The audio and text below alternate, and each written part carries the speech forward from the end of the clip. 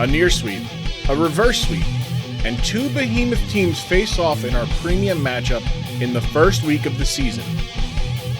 Who left week 1 licking their wounds, and who left week 1 with a clean record? Here on the DSPL recap show, I'll answer that next.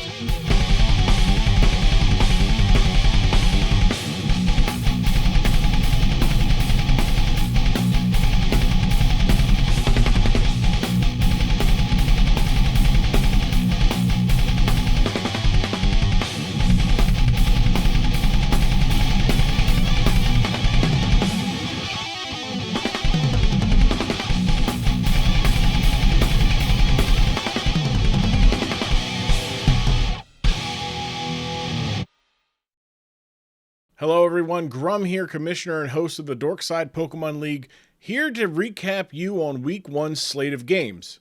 We've got 6 matchups to get through, so let's start with our kickoff game, as the Aussie Illusion hosts the Pig Eyes Pig Knight. Pig's Eye sends in a banded Hoopa Unbound as Aussie leads with Life Orb Diancie. The action starts right away when Aussie Marcus predicts a Psychic move and goes to Hatterene. But the Pig Knight instructs Hoopa to unleash its Hyperspace Fury, which takes down Hatterene, giving the Pig Knight an early advantage. Turn 5, after a couple switch-ins, Diancie is back in and takes out Pig's Eye's Typhlosion with a strong Diamond Storm to even it up at 5. Turn 11 with Pig's Eye's Gengar threatening Aussie's Cresselia, Marcus swaps out Cresselia for Goldengo, hoping to live a -1 special attack Shadow Ball, and it does. Unfortunately for Aussie, Gengar has choice specs, meaning it brings Goldengo down a lot more than expected. Aussie decides to leave Goldengo in to take another Shadow Ball, giving Pig's Eye the 5-4 advantage. 2 turns later on turn 14, having to decide again to let a Pokemon fall to Gengar's Shadow Ball, Aussie decides to let Diancie fall on the sword, giving Pig Knight the 5-3 advantage. But strategically, this also gives a boost to Aussie's nuclear option, King Gambit, who comes out next. Threatening a KO on the Gengar, Didac swaps out a Gengar for Annihilate, and goes unpunished because Marcus goes for the Sucker Punch. Fearing a Drain Punch, Marcus keeps King Gambit fully healthy and sacrifices Iron Hands, putting Pig's Eyes up to a commanding 5-2 lead. After setting up Trick Room, Marcus puzzlingly paralyzes Annihilate, giving its first turn in the turn order, and this results in Annihilate taking down its second Mon as it brings out King Gambit, who takes a bit of damage of Stealth Rock as a lone Pokemon against 5 of Pig Knight's finest. Even with Annihilate paralyzed, King Gambit still outspeeds it in Trick Room, taking it out to bring it to 4-1. With Trick Room gone, Aussie's Emperor Zerg has to rely on Sucker Punches, which can be risky. Aussie plays it safe as Houndstone opts to not Willow or Trick and goes for a Kowtow Cleave, trading half of its HP for a KO on the Ghost Dog, bringing the count to 3-1. Out comes Gengar, who baits the Sucker Punch with a Destiny Bond. But because of the choice specs, it leaves it only going for Destiny Bond, which doesn't work on the second attempt. Thankfully for Pig's Eyes, Marcus opts to Swords Dance on his Gambit. Needing to correctly predict the next move, Didac goes for Destiny Bond, hoping that Marcus predicts a switch and goes for a Kowtow Cleave to hit whoever comes in next. Didac correctly predicts a non-Sucker Punch option, but Marcus outplays him and goes for another Swords Dance. Unable to Destiny Bond consecutive turns, Didac leaves Gengar in to die, and an Iron Head from Gambit takes him down, bringing it to 2-1 on turn 26. From there it is all Aussie Illusion as King Gambit completes the reverse sweep, finishing off both Hoopa Unbound and Sableye to give Aussie the 1-0 victory in Week 1. Gengar and Annihilate were tied with 2 knockouts apiece for Pig's Eye, who does look to rebound against Birmingham next week in a Week 2 tussle with the Bouffalints. King Gambit takes the Player of the Game honors with 5 knockouts for Aussie, clinching the win. And Aussie looks to be an undefeated team after next week, as they head to Cambridge to take on the Clodsires. Following that match, we have a back-and-forth affair in Colorado as the Doug Trios host the Long Island Ducklets. Colorado starts the match off in what seems to be a bad matchup between their Cantonian Zapdos standing across from the Long Island's Iron Treads. But Colorado surprises with a max speed, max special attack Zapdos, who hits a heat wave that nearly takes out Iron Treads. But fortunately for the Ducklets, Iron Treads' max special defense helps it survive and lets it knock off Zapdos' leftovers. After a couple turns of defensive switches in which Long Island is able to get up rocks, Colorado has out its Blaze Paldean Tauros in an equal matchup against LI's Hisuian Samurott. Tauros lands a Will-O-Wisp as Samurott comes in, cutting the Water Dark type's physical attacks in half. That does not, though, stop it from getting a layer of spikes up on the next turn with Ceaseless Edge. Unfortunately, the Otter is only able to get up one layer as Johnner opts for a Razor Shell, and Taurus's body press takes down Samurott enough for Burn to finish it off, giving Colorado the first knockout of the game and a 6-5 lead. That lead quickly goes away as 2 turns later, Dragonite is able to take out Lucario, evening it up at 5 apiece. 3 turns after that, Long Island is able to take the lead as Iron Treads takes out Tauros, but not before Tauros lands another Will-O-Wisp to burn the future Paradoxmon. Long Island's lead lasts all of 1 turn as Colorado brings out Tornadus Therian, who takes out Tread with a Heat Wave, evening the game at 4 apiece. Long Island then sends in their lazy boy slacking, and Colorado makes the first risky play of this game, going for a Focus Blast. Now should it hit, it has an 81% chance of knocking out Slaking, but Brazilian Fury gets a bad roll and the 70% accurate Focus Blast misses. Slacking counters with the 90% accurate Rock Slide, giving Long Island the 4-3 lead. Blissey comes out for Colorado, doing some nice damage with Seismic Toss that brings Landorus T to a near death. Unfortunately though, not actual death, which gives Lando the chance to U-turn out to Dragonite, who survives a Seismic Toss and Dragon Dances, boosting its speed and its attack. Dragonite is able to get to +2 attack and speed. Blissey is able to waste some Roosts and bring Dragonite down within range of a Bullet Punch from Colorado's first round pick Scizor on turn 23, tying the match up at 3 apiece. Slacking comes in on the next turn and takes out Scizor with a Fire Punch. And then rocks from Landorus finish off Zapdos, giving Long Island a 3-1 lead in a single turn.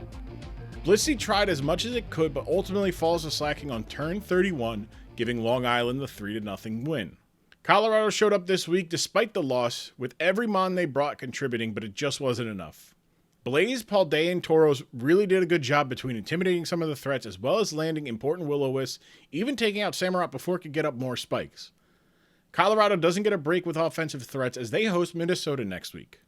Long Island has to be happy with how their team played, even if they didn't get up the amount of spikes that they would have liked to get up. Can't complain too much though with how Slacking performed this week, 3 knockouts and dodging a very scary Focus Blast that could have gone the other way. Long Island stays out west as they face Arizona in a premium showdown next week. We head to Minnesota as the Doduos host the Bronzors of Boston, and this one did not go the way I thought it would. Durs and the Bronzors lead with Corviknight as Basque leads with Greninja. Durs goes for an Iron Head, oddly enough, after a Hydro Pump from Greninja lands for major damage thanks to its choice specs. After a bit of switching between the two, including Basque swapping to Jolteon on a discharge from Rotom Wash, Basque is able to set up his Noivern on Hisuian Arcanine with little resistance, despite Arcanine having the type advantage.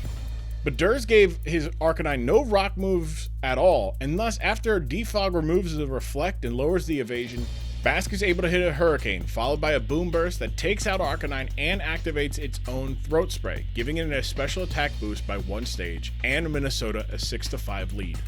However, the boost was not enough to take down Grimmsnarl for Boston, who hits a Dazzling Gleam to even the match at 5. After a bit more defensive switching around, Minnesota gets in a position it won't let go of as Tyranitar falls to a Choice Scarf like in Rock Dusk with close combat, as does Corviknight on the next turn, giving the Doduos a 5-3 lead. Locked into close combat, Durs sends out Articuno, who eats the close combat, even a crit one, and has a chance to take down a -3 Lycanroc and bring the score to 4-3. But instead of Ice Beam, he goes for U-turn and goes back to Grimmsnarl. A chance to regain some momentum by Durs turned into a misplay and cost him the match as Lycanroc runs through the rest of the Bronzors with ease, giving Minnesota a dominant 5-0 victory in their first match of the season. It's hard to pick a good performer for Boston, but Grimmsnarl was able to take a +1 Boom Burst from Noivern and take it out. Boston will look to get back on track against the British Bangers next week. Minnesota, on the other side, has a lot to be smiling about, but nothing more than Pokemon of the game Lycanroc Dusk, who took out 5 Pokemon with reckless abandon. As we said, Basque and the rest of the Doduos head to Colorado to face Brazilian Fury and the Colorado Doug Trios. In one of our longest battles of the week, the Cambridge Clodsires hosted the British Bangers at home. The Bangers opened up with Toxapex as Cambridge countered with Skeledirge. And what certainly is a bad matchup for Cambridge, General Manager Duff Guy Pat saw an opportunity to catch Orin off guard, going for a substitute as Toxapex puts down a layer of toxic spikes down. What ensues after is a jockeying of recovery moves, Haze resetting stat changes, and eventually Skeledirge coming out of a bad matchup as it takes down Toxapex with a Shadow Ball, giving Cambridge the early game lead. Honchkrow comes out and scares off the Skeledirge, which brings out Clodsire, who wipes away the only proof of progress Toxapex had to show. Honchkrow sets up Tailwind as Clodsire lands an important Toxic, its first of the year. Orin swaps out Honchkrow for a Brambleghast, who gets a boost to its attack thanks to Wind Rider. A strong Seed Bomb forces Cambridge to swap out of Clodsire, but not before Clodsire is able to get both layers of toxic spikes down on the ground. Brambleghast goes for a Phantom Force as Dragapult comes out. But much like that gif of the toddler running into the room and running back, Cambridge brings out Great Tusk to take the Phantom Force, which it does relatively easily and hits back with a Rocky Helmet. Unable to take a Seed Bomb though, Cambridge switch out back to Dragapult, who takes the Seed Bomb, but Brambleghast goes for a Protect, wanting to scout out an Ice Spinner. Seemingly not aware that Tailwind had petered out, Orin doesn't have his Brambleghast go for a Shadow Sneak at +1. Even if it didn't KO, it would have done some serious damage to Dragapult. As a result, Dragapult is able to take down Brambleghast with a Choice Specs Flamethrower, putting Cambridge up 6-4.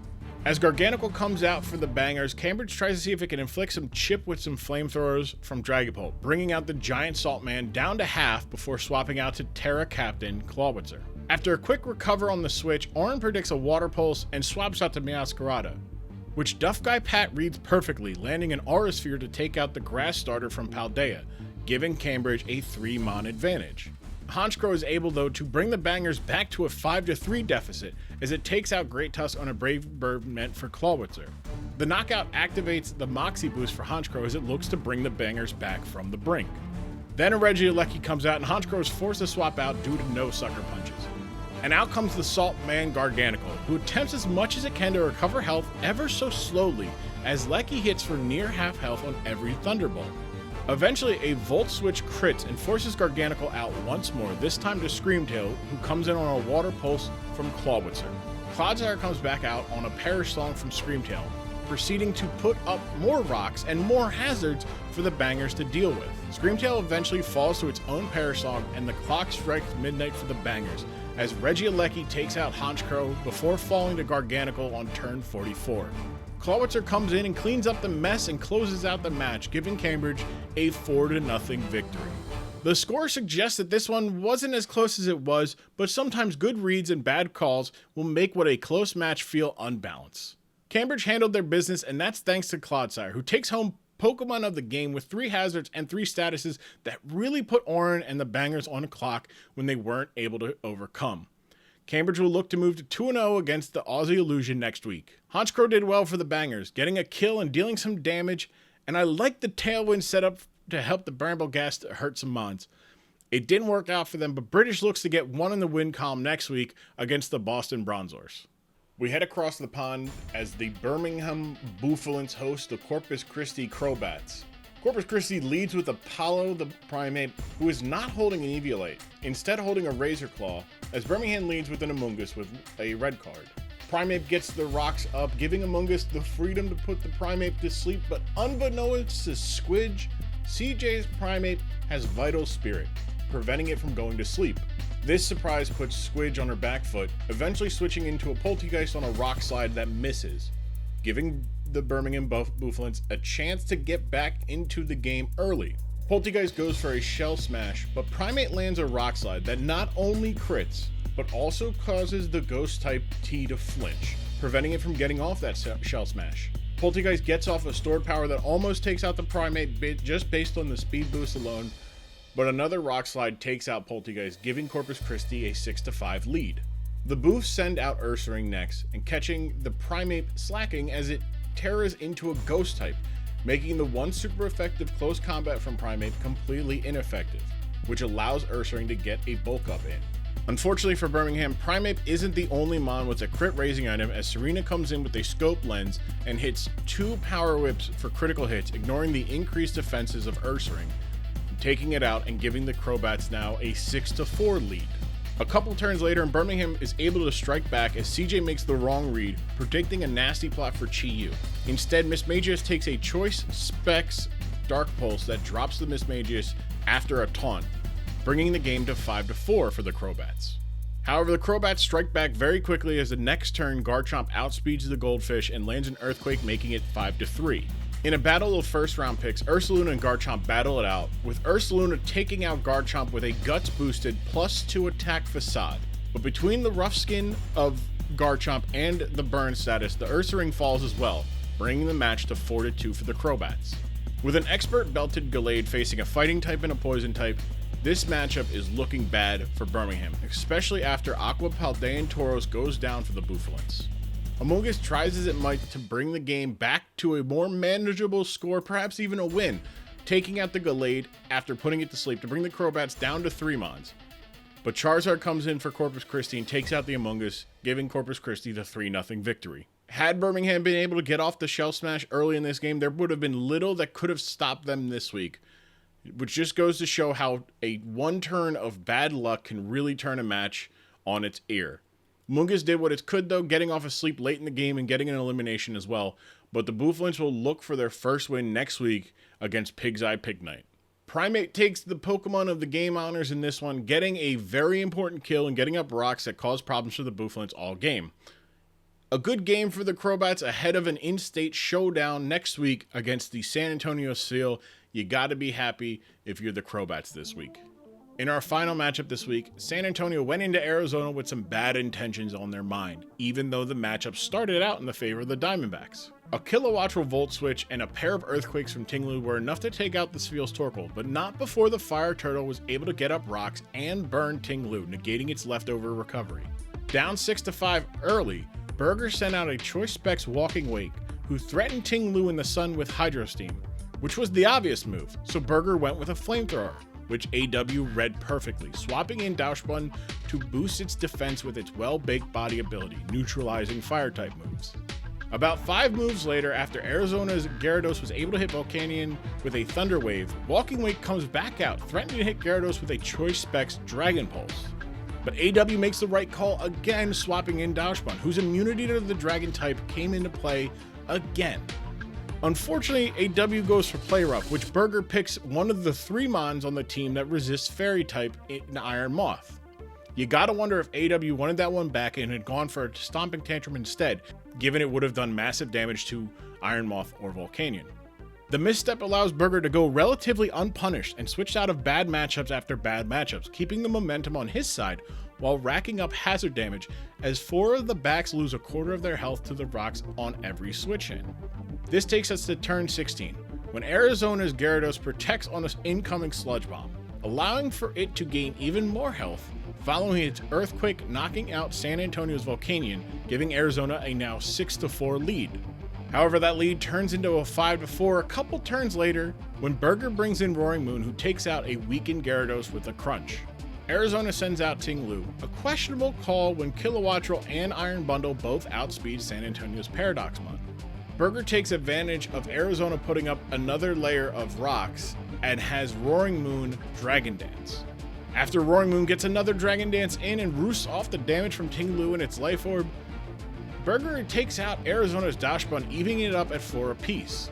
Arizona is unable to stop Roaring Moon from getting up another Dragon Dance in and sweeping the rest of Arizona, starting with Ting Lu, then Kilowattrel, then Iron Bundle, and finally Delphox.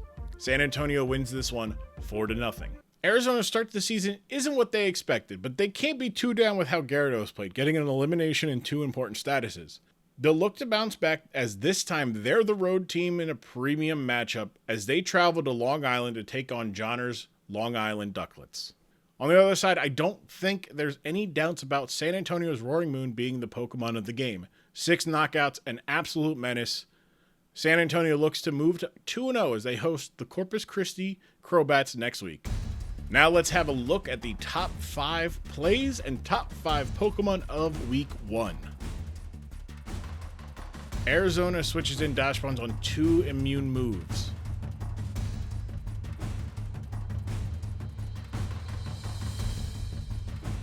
Ursaring tears into a ghost type on close combat from Primeape. Vital Spirit forces Amoonguss out. Aussie goes for a Swords Dance on a Destiny Bond. Meowscarada switches in to fall to an Aurora Sphere. Slacking of the Long Island Ducklets. Clodsire of the Cambridge Clodsires. Lycanroc Dusk of the Minnesota Doduos. Roaring Moon of the San Antonio Spiel. King Gambit of the Aussie Illusion. That's it for week 1 of the Dork Side Pokemon League. I'll see you back here later this week previewing week 2. Until then, don't forget to like, subscribe, and pledge your allegiance to your favorite team of the DSPL in the comments below. I'm Grumm, and I'll see you next time.